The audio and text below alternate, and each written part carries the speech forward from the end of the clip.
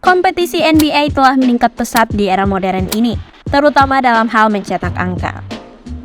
Pada musim ini, tim-tim NBA rata-rata mencetak 114 poin per 100 possession menurut Cleaning the Glass, dan merupakan rata-rata poin tertinggi dalam sejarah NBA. Sebagai perbandingan 10 tahun lalu, tim rata-rata mencetak 98,1 poin. Kenapa hal itu bisa terjadi? Yang pertama, kecepatan permainan meningkat pesat, dan kedua tentu saja peningkatan volume tembakan 3 angka. Pada akhir 90-an, tim-tim rata-rata mencetak 4-6 poin dari zona 3 point. 10 tahun lalu, ketika kepopuleran 3 poin yang di bawah Stephen Curry bersama Warriors meningkat menjadi 7,2. Jumlahnya terus meningkat pada musim 2017-2018, dengan rata-rata 10 dan puncaknya pada musim ini, tim menghasilkan rata-rata 12,2 3-point made dengan membuat 34,3 percobaan per game. Dengan peningkatan jumlah poin per tim yang meningkat drastis tersebut, otomatis membuat statistik individu para pemain juga meningkat, terutama dalam aspek mencetak angka. Musim 2022-2023 yang baru memasuki pertengahan musim, sudah ada 18 pemain yang mencetak 50 lebih poin. Mitchell for three. Yang fenomenal tentu saja penampilan luar biasa Donovan Mitchell dengan 71 poinnya saat menjamu Bulls pada awal Januari lalu. Fakta menariknya, dari 18 pemain yang mencetak 50 lebih poin, 10 pemain diantaranya mencetak setidaknya 6 3 point. Hanya Giannis yang membuat 55 poin pada 3 Januari lalu tanpa memasukkan satupun tembakan 3 poin.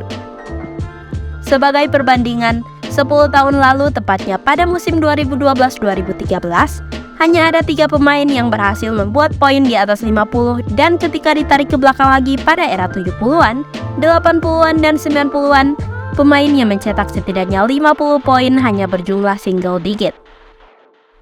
Pertanyaan pun muncul, kenapa poin para pemain bisa meningkat drastis pada musim ini?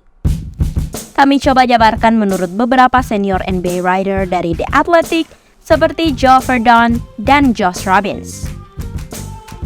Joe Verdon mengatakan, meskipun ada beberapa faktor penting yang membuat para pemain begitu produktif dalam mencetak angka, seperti kebebasan dalam bergerak, peningkatan volume percobaan 3 angka, dan lebih banyak possession yang dibuat.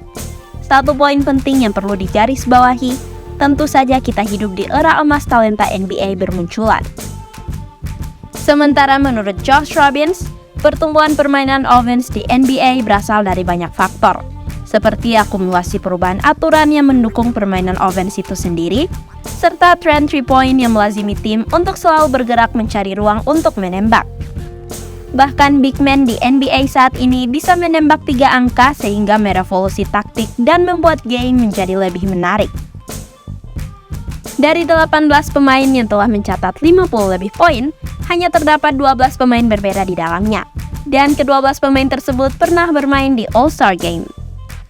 Pemain seperti Luka Doncic, Giannis Antetokounmpo, Joel Embiid, Devin Booker, dan Jason Tatum merupakan sample size pemain dengan kemampuan 3-level scorer yang mampu mencetak poin dari bawah ring, bisa menembak lewat mid-range, dan jago dalam mengkonversi 3 poin.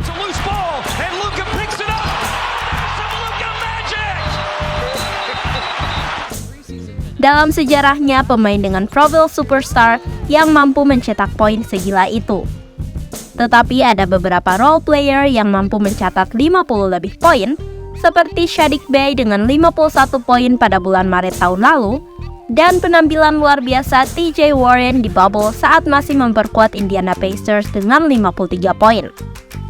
Namun berbicara mengenai pendulang angka fantastis, kita tidak bisa mengesampingkan pencapaian dari Wilt Chamberlain.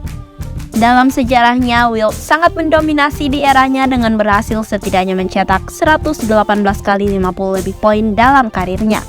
Dan tentu saja termasuk 100 poin yang pernah ia cetak pada dekade 60-an silam. Serta Michael Jordan dengan 31 kali membuat 50 lebih poin, dan Kobe Bryant sebanyak 25 kali. Sementara untuk pemain yang masih aktif bermain saat ini, James Harden mengoleksi 23, LeBron James 14 kali, Damian Lillard 12, dan Stephen Curry membuat 50 lebih poin sebanyak 11 kali. Satu hal yang menjadi perbincangan saat ini, Liga Bola Basket nomor 1 di Amerika tersebut dinilai terlalu soft. Meskipun Adam Silver baru saja membuat aturan pengetatan dalam aspek draw the foul, para pemain masih bisa mencari celah untuk mendapat banyak free throw untuk menambah jumlah poin mereka. Hal itu tercermin dengan banyaknya percobaan free throw yang merupakan tertinggi sejak musim 2010-2011. Lalu bagaimana dengan defense? Apakah ada faktor melemahnya defense sehingga tim-tim NBA dengan mudah mencetak banyak poin? Jawabannya tentu saja tidak. NBA tiap tahun selalu melahirkan pemain dengan atribut defensif yang mumpuni, sebut saja Draymond Green, Marcus Smart, Rudy Gobert, dan beberapa nama baru yang akan meramaikan kampanye Defensive Player of the Year musim ini, seperti Jaren Jackson Jr. dan Nick Claxton.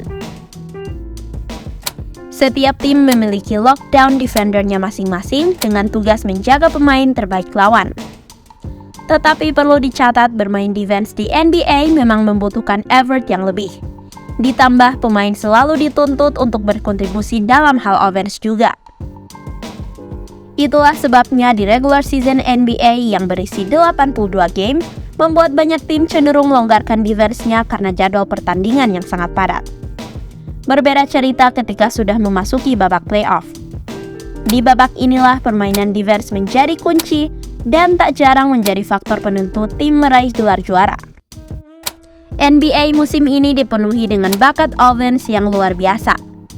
Pemain yang mencetak 20-30 poin merupakan hal yang lumrah jika kita mengecek box score di setiap pertandingan. Jadi, bukan hal mustahil jika 3-5 tahun ke depan kita akan menyaksikan pemain memecahkan rekor 82 poin milik Kobe Bryant atau bahkan 100 poin milik Wilt Chamberlain. Tentu sebagian dari kita juga merindukan NBA game di era 90-an dan 2000-an awal yang dipenuhi dengan permainan fisik. Tetapi sebagai pecinta NBA dari skill standpoint, tidak ada yang lebih menyenangkan menyaksikan NBA di era ini.